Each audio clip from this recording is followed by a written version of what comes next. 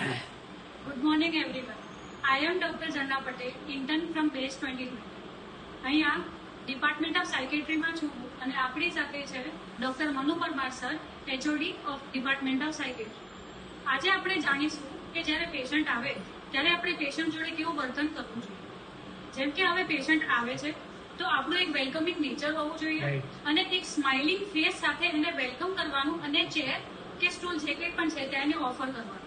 પછી એક communication build-up કરવા માટે પહેલા તો પેશન્ટ જોડે આપણે વાતો કરવાની. તમારું નામ શું છે, તમે ક્યાંના છો, તમારી સાથે કોણ આવ્યું છે, આમ તેમ બધી વાતો કરીએ જેથી પેશન્ટને થોડું સારું ફીલ થાય, એક વોર્મ અપ એક્સરસાઇઝ જેવું થઈ જાય, જેથી પછી પેશન્ટ છે ને એક કમ્ફર્ટ ઝોનમાં આવી જાય. એના પછી પેશન્ટ સામેથી બધું જ એનું ઇન્ફોર્મેશન આપવા લાગે અને 2-4 મિનિટમાં જેમ કે આપણા મનુ સર જોડે જે સ્કિલ છે કે 2-4 મિનિટમાં પેશન્ટને શું છે બધું ડિકોડ કરી દેતા હોય છે. તો આ એક સ્કિલ છે જે બધાએ શીખવા જેવી છે અને ડેવલપ કરવા જેવી છે. બીજું એ કે ડોક્ટર કેવું હોવું જોઈએ, સાયન્સ ઓફ ગુડ ડોક્ટર. તો એમાં સૌથી પહેલા તો એમ્પથી એટલે કે સહાનુભૂતિ બતાવવી જોઈએ પેશન્ટ પ્રત્યે. બીજું એ કે નિસ્વાર્થ ભાવે સેવા કરવાની. ત્રીજું એ કે સ્પષ્ટતા રાખવાની આપણે જે બોલતા હોય એમાં. એમાંથી પછી એક પ્રશ્ન આવે કે બોલી કેવી હોવી જોઈએ. તો બોલીમાં એવું છે કે સ્વીટ, સરળ અને જેટલું બી જરૂરી છે પેશન્ટને જેટલું ઉપયોગી રહે એટલું બોલવાનું. અને બોલી એવી હોવી જોઈએ કે પેશન્ટ આમ કન્વિન્સ થઈ જાય, એક ટાઈપ ઓફ કન્વિન્સિંગ પાવર હોવો જોઈએ જેથી પેશન્ટને બી થાય કે ના આ ડોક્ટર કહે છે તો સાચું જ હશે. તો એ ક્યારે નેગેટિવલી ના લે વસ્તુને અને હંમેશા પોઝિટિવલી વાત કરવાની તો પેશન્ટને બી સારું ફીલ થાય. હવે હું તમને કહીશ કે ડોક્ટર અને પેશન્ટનું રિલેશનશિપ કેવું હોવું જોઈએ. તો ડોક્ટરે કેવું હોવું જોઈએ કે જે ગુડ રેપો બિલ્ડઅપ કરી શકે એવું હોવું જોઈએ. કમ્યુનિકેશન કી એલિમેન્ટ છે. ટ્રસ્ટ હોવું જોઈએ, કોન્ફિડેન્શિયાલિટી હોવી જોઈએ અને પેશન્ટ એનું રિલાયબલ હોવું જોઈએ ડોક્ટર ઉપર. તો ડોક્ટરને એને એમ્પથી શો કરવી જોઈએ. પેશન્ટ ઇઝીલી બધું શેર કરી શકે અને પેશન્ટની બધી વસ્તુ કોઈને શેર ના કરવી જોઈએ ડોક્ટરને. એ ગુડ ડોક્ટરની ક્વોલિટી છે. હા, અને પેશન્ટ ટ્રસ્ટ કરી શકે એના માટે એની સાથે વાતો કરવી જોઈએ.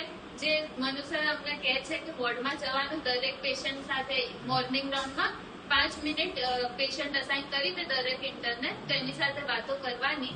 તો એનાથી ટ્રસ્ટ ને બધું ડેવલપ થાય. તો પેશન્ટ તમને રોજ અલગ કમ્પ્લેન કહેશે, રોજ એના ચેન્જીસ થાય, એને શું ડ્રીમ આવે ને બધું ઇઝીલી શેર કરશે.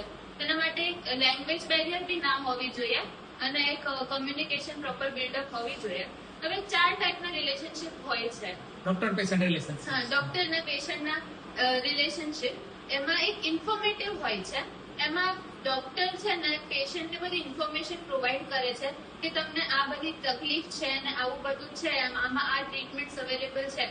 તો એમાં પેશન્ટ છે ને એ પોતે ડિસાઈડ કરે એના માટે કે શું ટ્રીટમેન્ટ લેવી, અવેલ કરવી. નામ બીજી છે કે પેટર્નલિસ્ટિક રિલેશન. તો આ મોડેલમાં એવું છે કે ડોક્ટર છે એ પોતે જ બધું એઝ અ પેરેન્ટ ગાઈડ કરે કે આ તકલીફ છે અને એની આ જ તમે ટ્રીટમેન્ટ લો.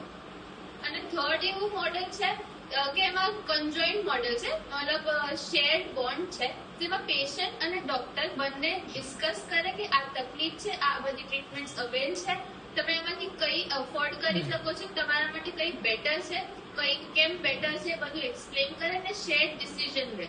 તો આવી રીતના આ રિલેશનશિપ હોવી જોઈએ કે શેર ડિસિઝન મેકિંગ હોય અને ઇઝીલી પેશન્ટ ટ્રસ્ટ કરી શકે.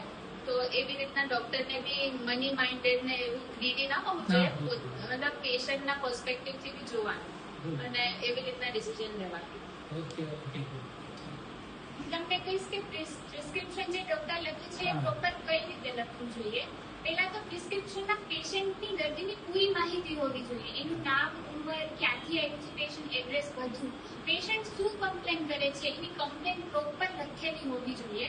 પછી હવે તો ગવર્મેન્ટનો જે રૂલ છે કે પ્રિસ્ક્રિપ્શનમાં તમે જે બી દવા લખો છો એ બધી કેપિટલ લેટર, ફર્સ્ટ લેટરમાં હોવી જોઈએ, જેનાથી બીજા બી કોઈ જો વાંચે તો એને સ્પષ્ટતાથી દેખાય, એટલે મિસઇન્ટરપ્રિટેશન ના થાય કે જેનાથી દવામાં કઈ ભૂલ ના થાય પેશન્ટને દેવામાં. પછી જે બી તમે દવા લખો એનો ડોઝ કેટલો હોવો જોઈએ બધું પ્રોપર લખેલું હોવું જોઈએ. કારણ કે વધારે ડોઝથી જે પછી આગળ જતા સાઈડ ઇફેક્ટ થાય પેશન્ટને એનાથી બી ઘણું નુકસાન થઈ જાય. પછી કયા રૂટથી દવા દેવી, કેટલી વાર દવા દેવી, એ બધું પ્રોપર લખેલું હોવું જોઈએ જેનાથી પેશન્ટને કઈ વાંધો ના આવે. અને ઓકે થેન્ક યુ.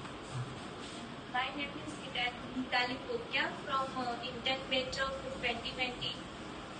હું અત્યારે માલ પ્રેક્ટિસ વિશે વાત કરીશ. અત્યારે મેડિકલ ફિલ્ડમાં માલ પ્રેક્ટિસનો વધારે પડતો ઉપયોગ થઈ રહ્યો છે. તો જેમ બને તેમ માલ પ્રેક્ટિસ ઓછી કરવી જોઈએ અને માનવતા દર્શાવીને તમારે સરળ અને જલ્દીથી દર્દીને સારવાર આપીને દર્દીને સારું કરવું જોઈએ, જેના કારણે ડોક્ટરનું નામ પણ થશે, દર્દીની સંખ્યા પણ વધશે અને દર્દીના ટ્રીટમેન્ટમાં બી સારો એવો પ્રભાવ પડશે.